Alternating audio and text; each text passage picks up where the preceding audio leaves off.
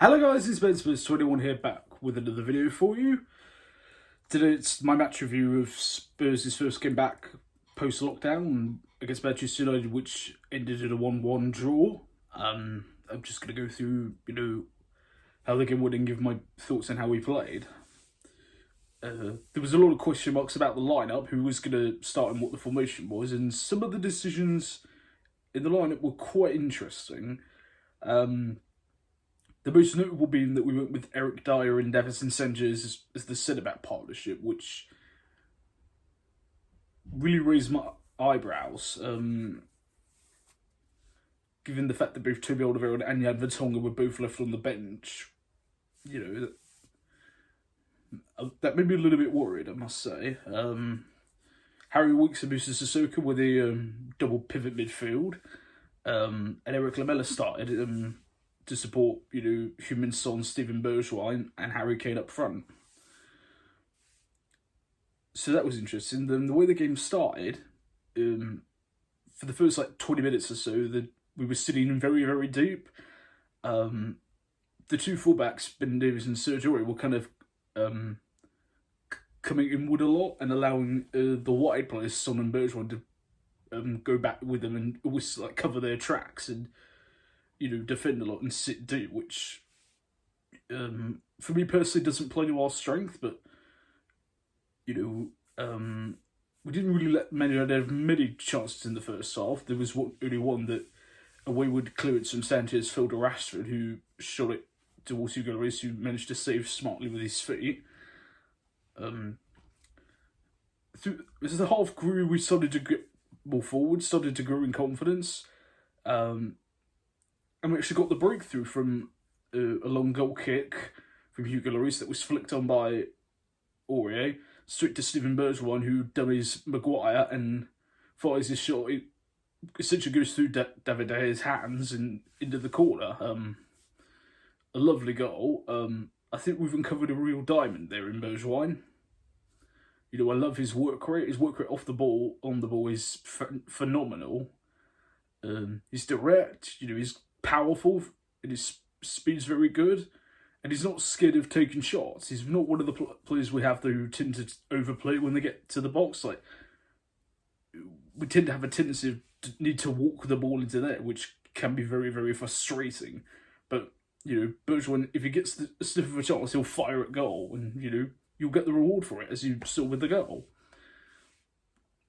Due to the rest of the half, we were competent. We very, very nearly got a second goal as well, due to another counter-attack. Ended in Song's head had just been tipped over the bar by David De Gea. And that's really how the first half ended. And so, it's the start of the second half. United started to grow more in the game. Lloris pulled off another really good save. And then, as the game wore on more and more, you could see there were a lot of tired legs out there. Due to the fact that it's the first competitive game back. I mean, that was going to be expected for some of them, but it was very noticeable the last 20 minutes of the game. A lot of players were out on their feet there, and maybe could have done with a freshen up sooner. We then pulled off and, managed to create a chance. Lloris pulls off another wonder save to tip it over the bar.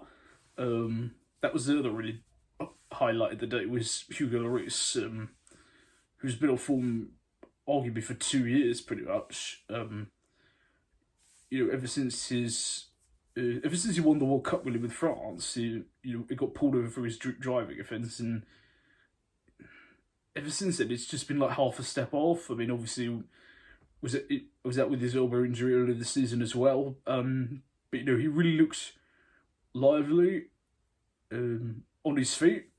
He was reacting well. He wasn't going too early. He was making good saves. He was judging everything well, and he looked like back in his best, which is very encouraging. And I hope that continues. But yeah, as the more the game wore on, the team sat deeper and deeper, and it just became more and more obvious that something was going to happen.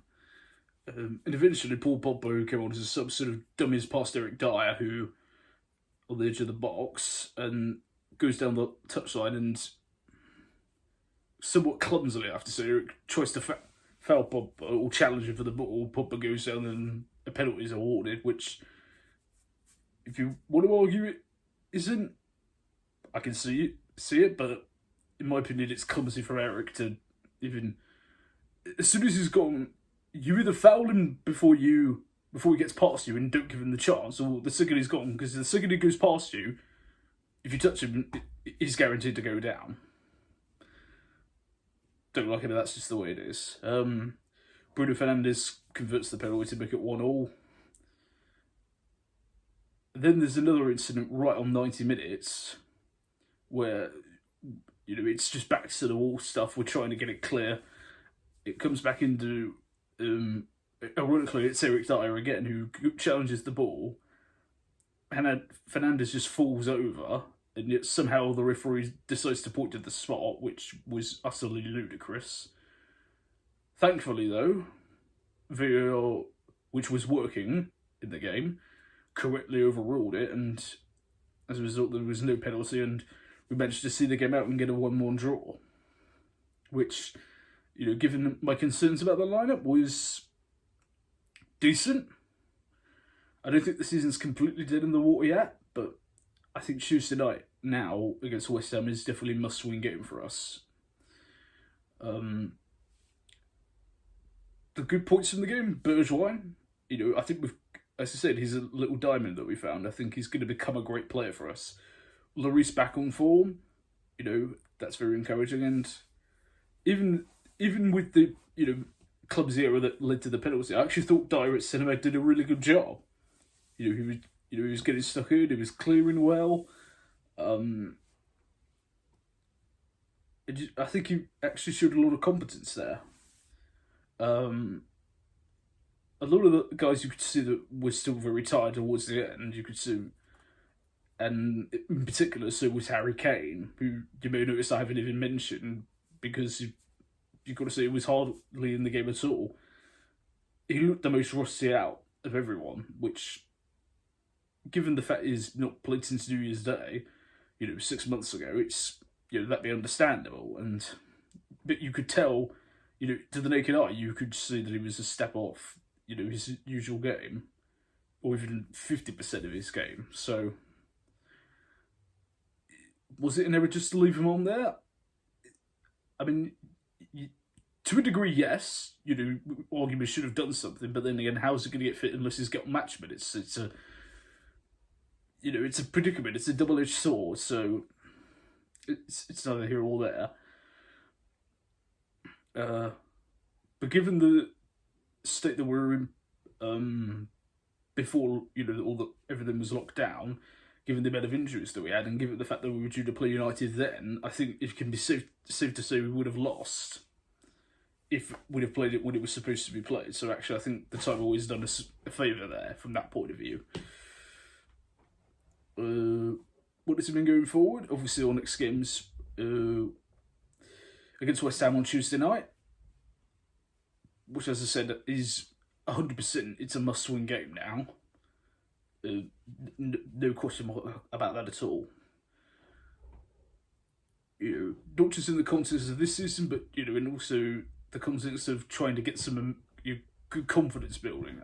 There were glimpses of it tonight. There were glimpses, of good stuff. We just need to build on that and do our best to cut out the individual errors that still tend to creep in.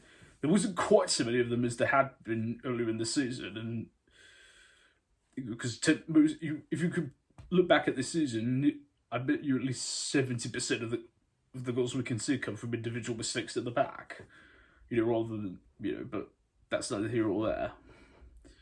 But we've got to look ahead to Tuesday now and hopefully try and get a win there. So, what did you guys make of the game?